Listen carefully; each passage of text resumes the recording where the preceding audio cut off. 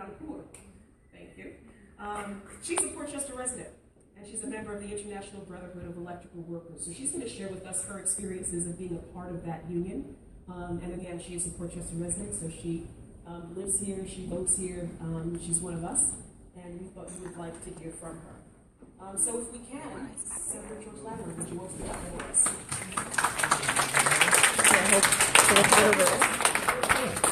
That was good where you had it, right? Just wait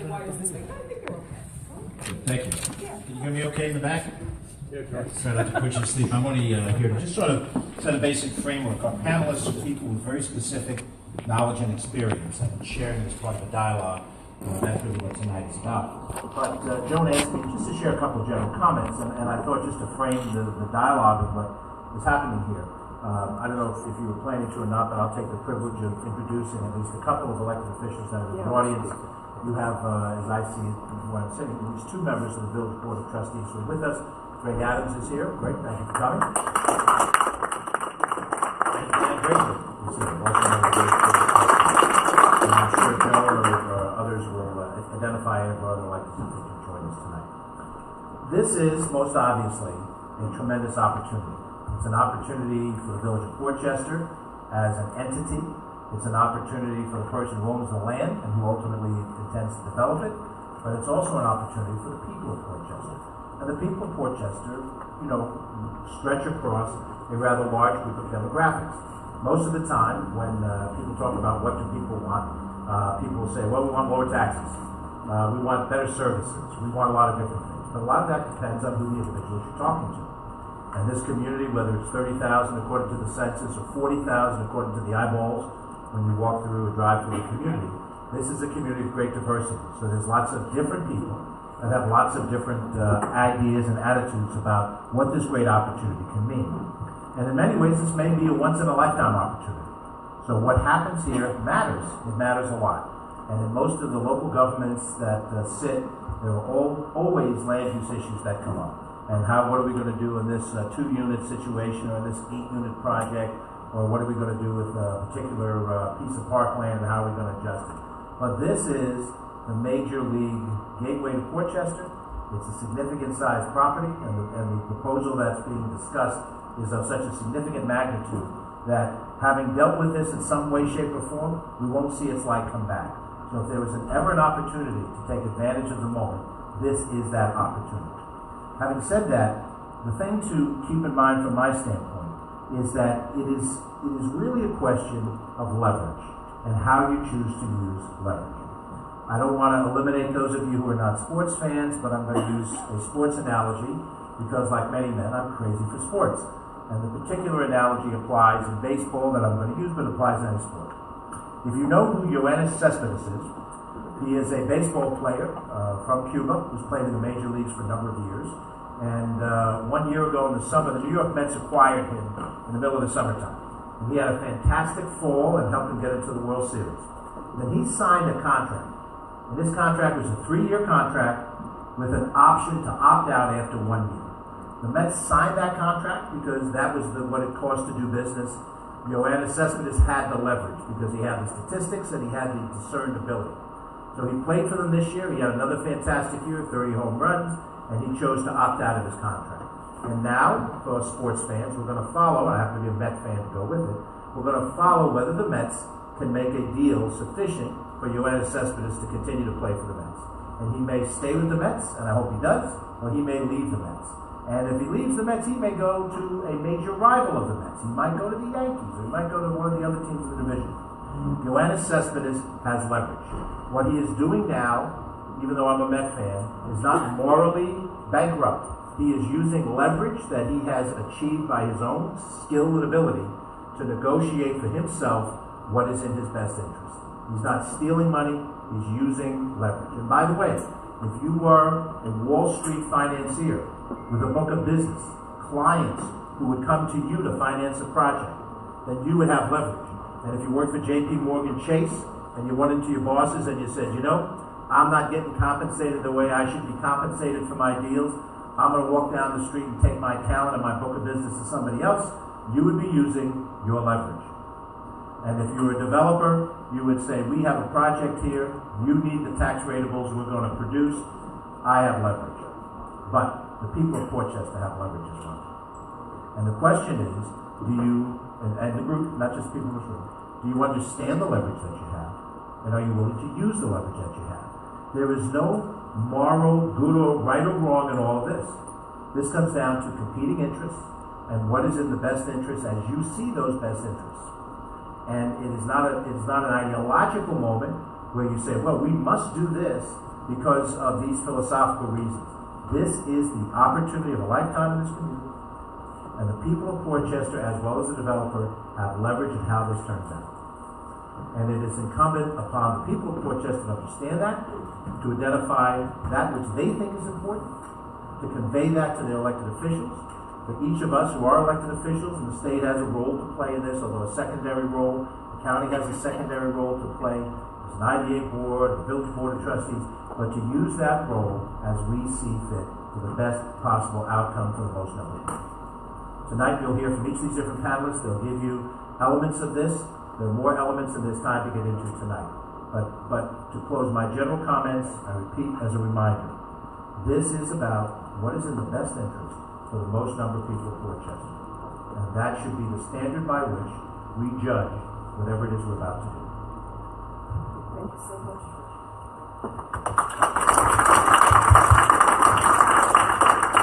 I also just want to point out that in your packet, or on top of your packet on your chair, there was an index card. There will be an opportunity for you to write a question for one of the panelists, or a general question for all of the panelists to try to answer. And so just keep your eye open and write down your question when you can, and we'll come around and collect them in a little while. So to get started, as we talked about, there is likeliness, there is an opportunity that perhaps Starwood may flip the property, as they say. And so to speak on that, we have Ben Bennett, who's going to offer his view. You can say the floor. How's everybody doing? So, before I get started, I want to make sure that everybody knows which Starwood it is that we're talking about that's involved in the United Hospital project, because I think there's been some confusion in the community. We're not talking about Starwood Hotels and Resorts, the publicly traded company that, as many of you know, is being bought by Marriott. I've heard people say that that's who is developing or saying they're going to develop this property. This is actually a company called Starwood Capital Group, which Starwood Hotels and Resorts comes out of, but is no longer affiliated with. So there's no relationship there. We don't have to worry about Marriott taking ownership of the United Hospital. That's not something that's going to happen. But Starwood Capital Group doesn't seem like they're going to build this project either, even though they own it. You might hear that and you say, but then they're going through this long rezoning process, and the village has hired all these consultants and lawyers, and everybody's looking at Starwood's plans. What do you mean they're not going to build it? Well, it seems to have been their strategy, at least since 2014, when they submitted a petition to the village to get this property rezoned, to get the property rezoned, and the specific private equity real estate fund that is involved in this project. It's a fund called Starwood Global Opportunity Fund. The traffic stuff and hire all the contractors they needed and develop the site in the period from April 2014, when they submitted a petition to rezone, and the end of 2015, when they had to sell off any property that was owned by this fund. It's just not something they were ever going to be able to do. So it seems to have been, at least, again, since April 2014, their whole strategy that they were going to get the property rezoned, increase the value of the property, and then sell it off. There's one more thing that they did to sell off or to increase the value of this property, and I think it's the most shameful part of this whole scenario, and that is that they cleared all the people out of 999 High Street, the 43 families that were living there. You know, to me, it's bad enough that they removed all these people out of 999 High Street, and those people, as we understand, most of them had to leave Portchester, couldn't find housing here in Portchester, It's bad enough that that happened. But if you think about the fact that they moved all those people out of there, and they're not even going to build anything there. They moved all those people out of there just so that they could make this site more attractive for a buyer. I think that's really, really awful. And I think I respectfully submit to the village trustees who are here tonight that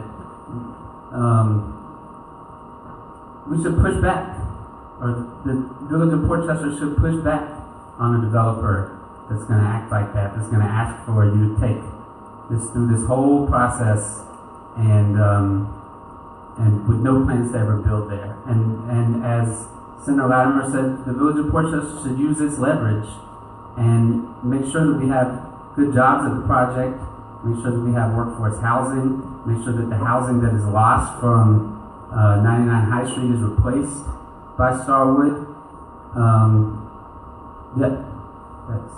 Point of clarity, Ben. The end of 2015 or 20... The fund was originally supposed to be liquidated by the end of 2015. 15. So Yes, the fund still... it's been extended Okay. until mid-2017, subsequently. A couple other fun facts about this fund. It has 20 investors, so it's more than, just so you know, some of the people that have money in the United Hospital project. It has 20 investors. Among those are the New York State Teachers Retirement Fund, AIG Life Insurance, the Public Pension Plan for State Workers in Connecticut, and even the Walt Disney Company Retirement Plan. Even Mickey Mouse has a stake in the United Hospital project. We shouldn't let Starwood play any Mickey Mouse games with Portchester. Thanks.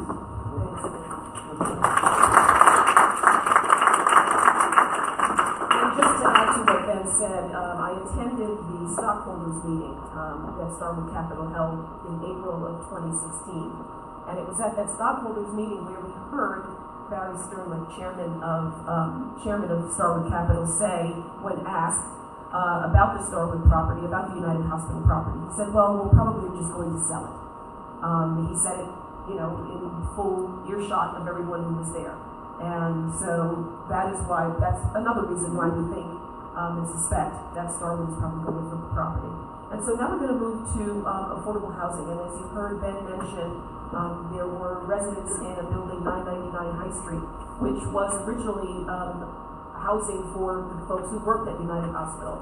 So this is truly workforce housing. These were nurses, these were orderlies, these were people who are not making huge sums of money. They're making a good living, but they're not making huge sums of money. And now, they have been essentially kicked to the curb and left to find, mostly to their own devices, finding other housing on their own. And so Richard Hyman is going to talk with us about this opportunity that we have to have a 10% set aside of affordable workforce housing built into or baked into our legislation here for the village. So, Richard? Thank you. I'm assuming that most of you know roughly what Starwood is proposing on that site. So just in summary, they're proposing 723 apartments, about 200 of which are going to be for seniors. The rest, they say, are going to be for millennials and empty nesters, no children. They're going to build a hotel, about 100 rooms. They're going to build about 100,000 square feet of office space. They mentioned something about a wellness center, but never have clarified what, in fact, that is going to be. And there's going to be about 100,000 square feet of commercial stores, restaurants, things like that. So that's going to be on the site. It's a mixed-use plan. It responds to what the village said they wanted when the village did a comprehensive plan a few years ago. There is no affordable housing proposed at all, zero. And as was mentioned, the tenants at 999, there were 134 apartments there for workers at the United Hospital. They were paying $500, $600, $700 a month rent because it was subsidized under a state program called Metro Mom. And so they were being paid fair rent based upon their income. The rents were based upon income, and they were evicted. In 2015, they were sent eviction notices. The eviction notices weren't processed through court, but the tenants got the idea that their time was limited. They were offered some help by Starwood. Starwood didn't help. We got a community organizer to work with the state, and 27 of the families got Section 8 vouchers, which helped, but they couldn't find apartments. Only 3 that we know of found apartments in 10573. The rest got some rent subsidy from Starwood, but they were paid to leave, and they said the sooner you leave, the more money you get. So it was pretty nasty. It was pretty unfair to these people who worked for our community for a long time. Anyway, Portchester needs affordable housing. How do I know that? The county did a study of which I worked on, and they said from the year 2000 through 2015, Portchester needed an additional 224 affordable units. In that period of time, 35 were built. That's the Fox Island development that was built. So the rest, they didn't meet the goal. Most of the board members didn't want to meet the goal. In fact, 2 of the board members, one current and one somewhere, said their greatest accomplishment in the comprehensive plan was not including affordable housing. But they had forgotten that about 13 years ago, the village did include affordable housing set aside in all of the residential districts. 10% of all new construction of apartment buildings had to be affordable for workforce housing. And unfortunately, there's been no building in those areas. The building has taken place in the downtown area closer to the train station, which makes good planning sense. But those zones didn't include the requirements. So in 2008 or 9, our group, Portchester Residents for Affordable Housing, went back and said, look, it's time to include those districts too, because they're the ones most likely to generate the additional apartment buildings. And the board voted, there was only 6 members on the board at the time, and they voted 3-3, and so it didn't get passed. So there's no affordable housing requirement in the districts where the Mariner, where the Castle, where 50 North Pearl Street, where the old Coney's, or the United Hospital site. There's no requirement for affordable housing. Now, why do we need affordable housing? Well, I went to the Castle. I don't know if you know, that's the one across from the church on Willett Avenue in King Street. Beautiful building. It's gorgeous. They've got everything in there, from a fire pit in the big lobby to a conference center, a business center, workout rooms. They even have a yoga room. They have a deck on top of their garage that's the size of a football field and well appointed. It's beautiful. So what are they charging for their rents? Originally it was going to be 83 apartments there. They increased it to 120, but they didn't increase the size of the building. So the apartments are on the small side. The studios are in the 500 to 550 square feet size. Their rent is $1,975. The 1-bedrooms are in the 700 square foot area, $2,267. The 2-bedrooms are just about 1,000 square feet, $3,300. But wait a second, that does not include any utilities. It doesn't include heat. It doesn't include parking, which is either another $100 or $150 a month. It doesn't include a monthly fee for pets. It doesn't include for a monthly fee to use the yoga room. And they're saying these rents are so low because they're just leasing up, and so they want to get people attracted to the building. And the Mariner, which the same developer built, which is on Abadroth Avenue, their 1-bedrooms are renting for $27. Now, I think that tells you why we need affordable housing. I don't know how many people here could afford those rents, so probably not too many.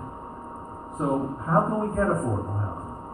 Well, the federal government used to be a major help in getting affordable housing in 2 ways. One, they would provide construction for either public housing or subsidized affordable housing. Well, and there was a big fight over when the government shut down, and there was a thing called sequestration, and there's no money for new workforce affordable housing. Then they used to provide Section 8 vouchers, which allows people to go and rent on the private market but get their rent subsidized. Well, there hasn't been one new Section 8 voucher since 2011 except for veterans. Now, veterans certainly need it, and it's great, but no one else is getting any Section 8 voucher. So how do we get affordable housing? There's very little state money. There's a little bit, but not that much. The only real way to get affordable housing is to have it set aside, to have make all developers who build an apartment building include a certain portion set aside. Now, a lot of people say, well, developers don't want to do that. Well, developers understand that in many cases they have to do that. In Portchester, as I said, there's a 10% requirement in the residential district. We have appeared before the village board to direct their staff to prepare a zoning amendment to include the 10% is set aside for all districts in Portchester, no matter what the current zoning is, districts that permit multifamily housing. Now, developers understand this. Believe it or not, in Harrison, of all places, Toll Brothers is building 421 apartments on an old office park, and they're going to set aside 10%. First affordable housing ever built in Harrison. Now, it could be because they got a letter from the U.S. attorney, pre-Braha, said that they were going to get sued if they didn't do something like that, but they still have done something. Toll Brothers does affordable housing all through the Hudson Valley. They include it. I've done work for Avalon Bay communities, one of the biggest nationwide provider of housing. They included 10% set aside in Ossining, in White Plains, in the town of Greenberg, in the town of Somers. Ginsburg Development, probably the biggest local housing developer in Westchester County. They provide 10% affordable. In Hastings, in Haverstraw, all these places, they have no problem providing affordable housing set aside. Starwood refuses. They absolutely refuse to include any affordable housing. Now, the rents in affordable housing, unfortunately, I don't know if any of you saw the article in the Journal News, the front page the other day. A woman in Ossining, she applied for this new affordable housing units that Ginsburg has built in Ossining, in a beautiful development right on the Hudson River. And she was told she didn't make enough money because the rents were going to be $1,400–1,800, and you have to earn at least enough so you're not paying more than 30% of your income towards the rent. And so she was within the guidelines. She didn't earn too much money. She didn't earn enough money. The federal government is saying that somewhere for one bedroom, somewhere between $1,000 and $1,250, two bedrooms between $1,200 and $1,500 are affordable. Now, yet that meets a portion of the market that is in need of housing that the private market is not providing, but it doesn't meet the people most in need. And that's why we've recommended for Starwood a two-pronged approach. One is, while we say the village should have 10% affordable, Starwood should have 20%, because they're tearing down 134 units of perfectly good affordable housing. Believe it or not, on the upper floors of that building in 999, you have a view of the New York skyline. You have a view of Long Island Sound. It's a perfectly good building. It shouldn't be torn down. It shouldn't have been vacated. But, they're tearing it down. And so we feel they should at least replace the same number of units as affordable as they're tearing down. But we also say that there should be two levels of affordability. One at the higher rents, and another at the rents for that woman in Ossining who said her income was too low to afford affordable housing. That there should be units provided for them as well. So it's up now. The village board hopefully will ask for 10% set aside across all zoning districts. When Starwood gets approved, Starwood has said, well, they're not doing any affordable housing because the village board hasn't asked them to. Didn't require it when they rezoned the United Hospital. The United Hospital site was originally zoned for two-family houses, believe it or not. Well, that's crazy. So the village board, when they did their comprehensive plan, changed the zoning. It's called a PMU, a mixed-use zone. And that zone did not, at the time, this is several years ago, did not require affordable housing. Well, Starwood said that zone's not good enough. We need to double the amount of building that we can build. We want to build 1 million square feet, not 500,000 square feet. And so therefore, we need you to amend that zone. And we're saying, okay, village board amend the zone, but include the requirement for affordable housing in that amended zone. It's up to the village to decide what they think should go there. We even asked Starwood, well, what would the loss of revenue be if you had affordable housing? How much would you lose? How would that affect your bottom line? They refused to give us any numbers. The village board hired a planning consultant firm, AKRF, and to determine, and we asked them, figure out what the loss would be. They have not done it. Now, just on top of all this, Starwood is asking for a tax reduction, a property tax reduction.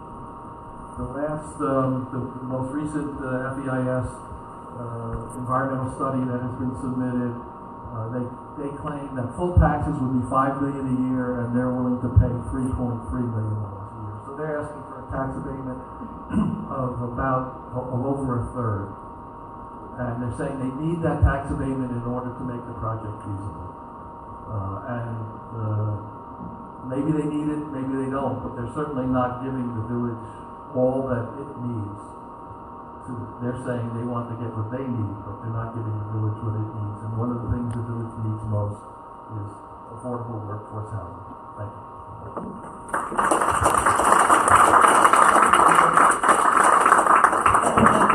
Let's be perfectly clear. There are a couple of issues that are happening in the county.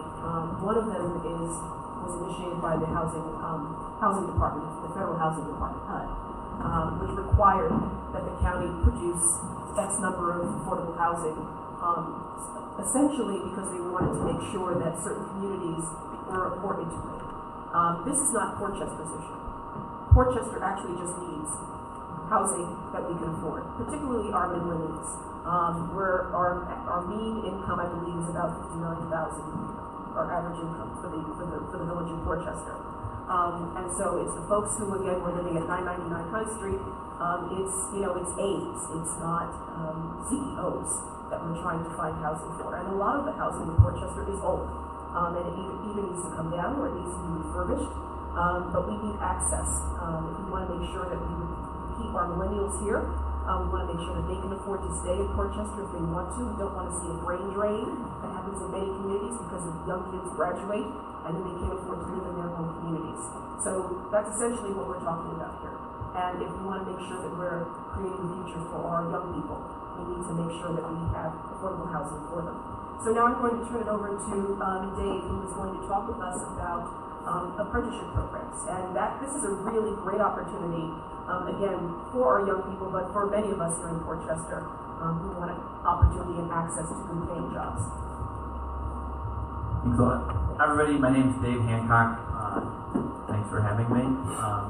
It's a really exciting opportunity for Portchester and for all the residents, I think, to really shape the future of this community in terms of jobs, in terms of housing, what the community looks like, feels like for generations to come, and this is pretty amazing. I am a consultant right now working with the City of New York in their housing recovery office, working on apprenticeship programs, local hire programs, and really just implementing and shaping public policies to make sure that communities in New York City and local communities generally have access to real opportunities when development arises in a community. And that really means, in a lot of ways, good jobs, but not temporary jobs, a career. A career with middle-class wages, benefits, skills, healthcare, retirement, and a safe career. And I think that's really important. We're not just talking about a job, we're talking about a career. And what's very exciting about the Sustainable Portchester Alliance is you're looking at a project with tremendous problems and tremendous potential. You have a developer who's asking for a whole lot from the community, whether it's zoning change, tax break, or whatever. You have tremendous leverage, like the state senator said. But I think what's even more exciting than that is the Sustainable Portchester Alliance is trying to use this as an opportunity to shape what development looks like in this community for generations to come.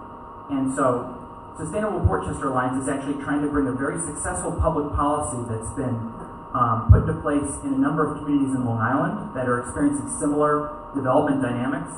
Actually establish a policy here in Portchester that will require all mega projects, so all projects that are 100,000 square feet or more, to make sure that contractors actually have apprenticeship programs that make sure that the workers on those projects get good training, make sure that they have a safe job, and make sure that they have access to a whole career's worth of opportunities in the construction industry. And Selena can talk a little bit more about what that means as an individual who's gone through these programs and what it means for a community. But the community has tremendous leverage to make sure that not just this project, but all mega projects create real career opportunities and require developers and contractors to ensure that apprenticeship programs are tied to each of these projects. Large towns in Long Island, like the town of North Hempstead, Babylon, Oyster Bay, Long Beach, towns again that are experiencing very similar development patterns to Portchester, that are transit-oriented, that developers are just salivating over.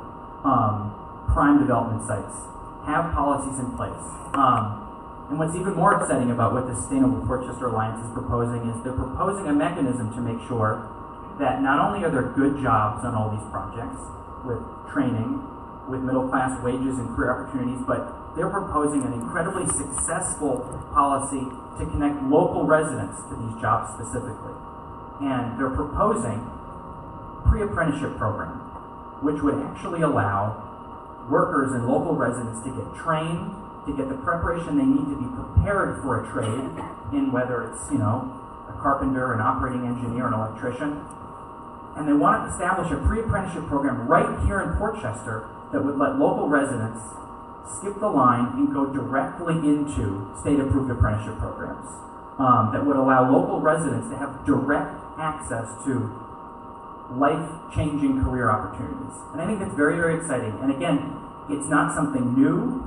It's a program, pre-apprenticeship programs that exist all across the country. New York City actually has a number of very successful pre-apprenticeship programs that connect local residents from targeted communities into apprenticeship programs and allow them to have access to immediate job opportunities and lifelong careers.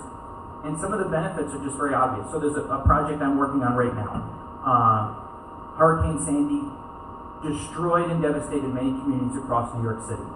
And when the city decided it was going to rebuild these communities, said we want to do this, we want to make sure that there's real careers with good wages and safe jobs. So there's an apprenticeship requirement. So all the work that's being done is being done by contractors that have a relationship with an apprenticeship program. So there's union members doing this work. But beyond that, the city said we want to make sure that 20% of the jobs being created by the Sandy redevelopment go to residents from those specific communities. And the city is actually exceeding that right now. 21% of the construction workers rebuilding Hurricane Sandy are people from those Sandy-impacted communities. And one of the crucial ways that the New York City government has allowed that to happen, to connect local residents to this rebuilding and to lifelong careers, is by making sure that the city partnered with a number of pre-apprenticeship programs. So the city has gone out, worked with these pre-apprenticeship programs, trained them, placed them directly into union apprenticeships, and now local residents are working on not only rebuilding their houses, but they're working all over New York City and the tri-state area, whether it's the Tappan Zee Bridge, whether it's Hudson Yards, whether it's a private or a public project. But the important thing is they have access to that specific project, and then they have access to a career of good jobs. We can talk more in the Q&A about this and other successful examples, and we'll hear more about what it means to be a worker and a resident who goes through these programs. But I'll just leave you with this. When you have an apprenticeship program and you have an apprenticeship requirement, you're saying that we as a community want to make sure that the workers that are building these projects get paid a decent wage, that they're trained so they know exactly what they're doing, that the job's a safe place. And this is very important. In New York City, construction is one of the most dangerous occupations of all.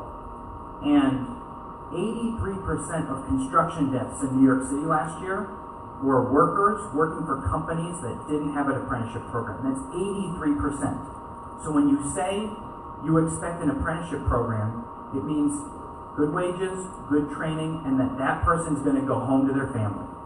And that they're going to be connected to a lifelong opportunity of a middle-class career that's safe and really builds a whole community.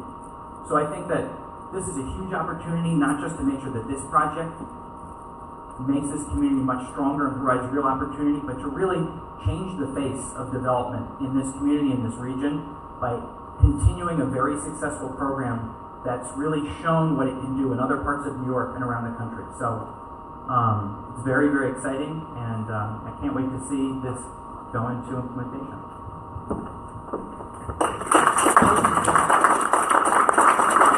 And I also want to bring it to your attention that the Don Bosco workers are actually working on a bill or legislation rather to try to bring a pre-apprenticeship program to Don Bosco. So we're already sort of working on bringing a program here. It wouldn't require legislation. Okay. It's just working on funding. building it. Yep. Okay, so it just needs funding and to start a pre-apprenticeship program right here in the Don Bosco Center, which everyone in Portchester can gain access to. Thank you, Ben. And the funding would not come from Government. Government. Okay, Yeah. it's all private funding. It won't cost taxpayers a dime. Excellent.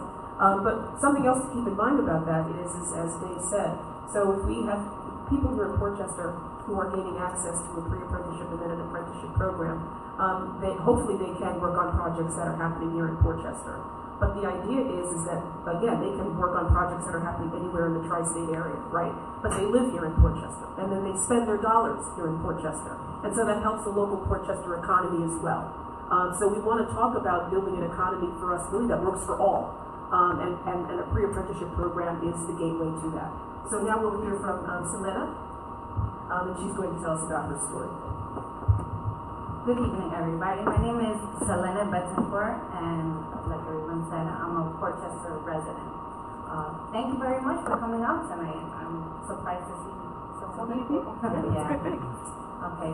First, I want to start by doing a short little exercise that we always do in our union whenever we go to any of our club meetings. I want you to turn around and shake the hand of the person next to you. Introduce yourself to the person next to you.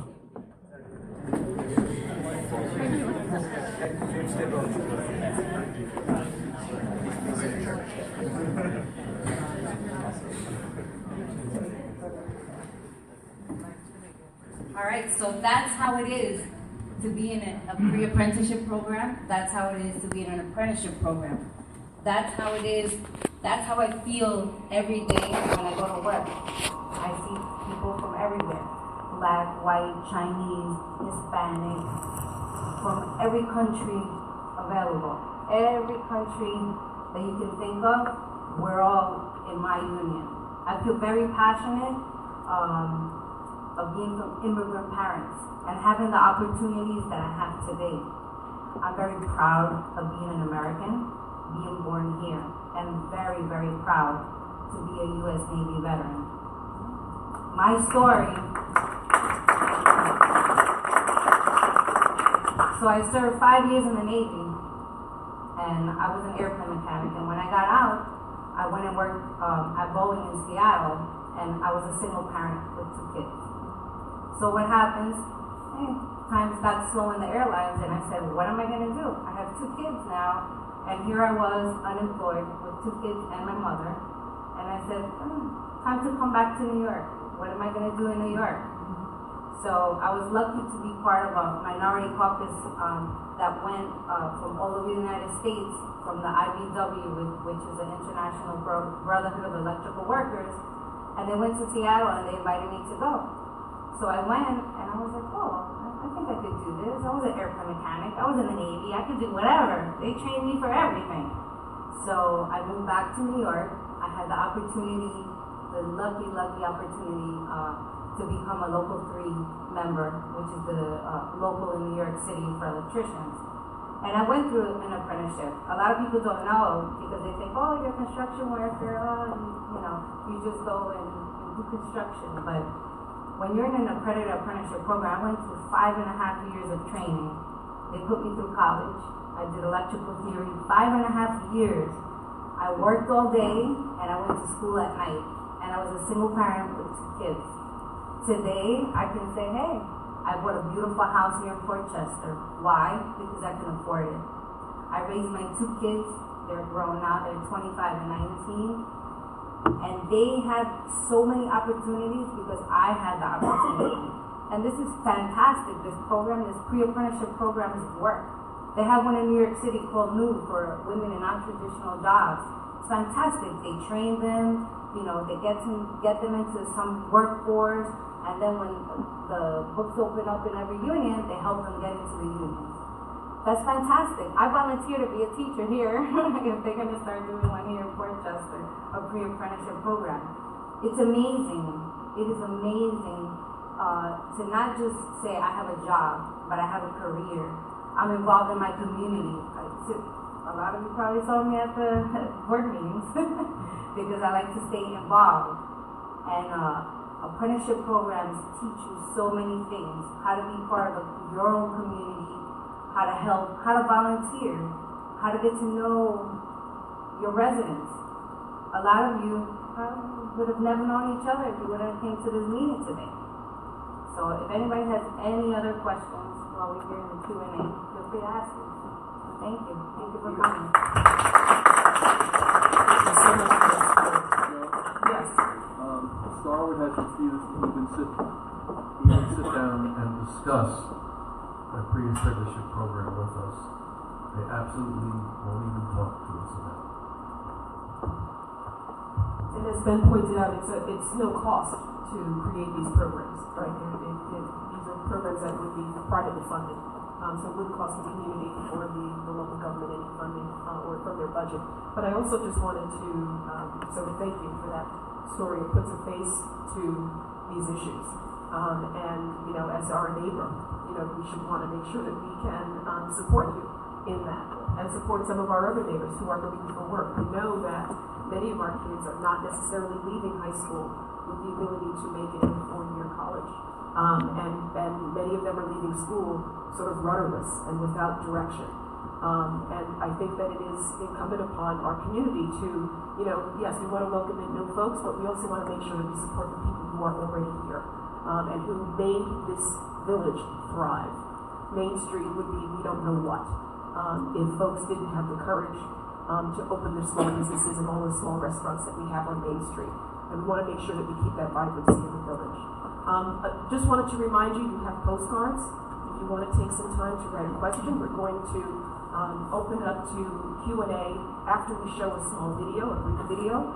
And this video is also going to put a face and a name to the apprenticeship and the opportunity to build a middle-class life, achieve the American dream, right? To be able to buy your own home, own it, and afford it, and feel secure in your life. So we'll give you a few minutes while we get the video set up. We're going to have Jeff get the lights in just a second. Give people a chance to write their questions. And then volunteers will come through the aisles to collect your questions. And then we'll ask them of the panel after the video. So we'll give you a few minutes to get that done, and we'll get ourselves set up. Thank you.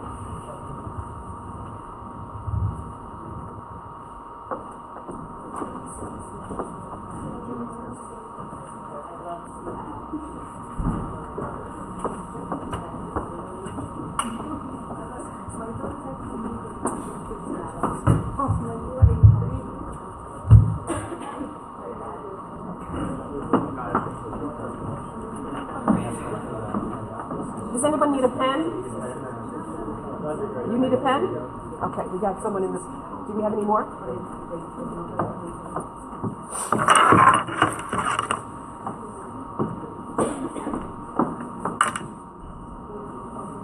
Okay, that's ready to go.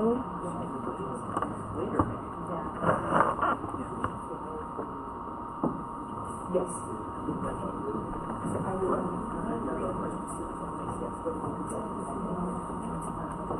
Okay, so we're going to need to turn down the lights and get to the video. There might be some time afterwards when lights come back up to finish writing your questions, and we'll collect it at that point. So Jeff, if you could turn the lights down.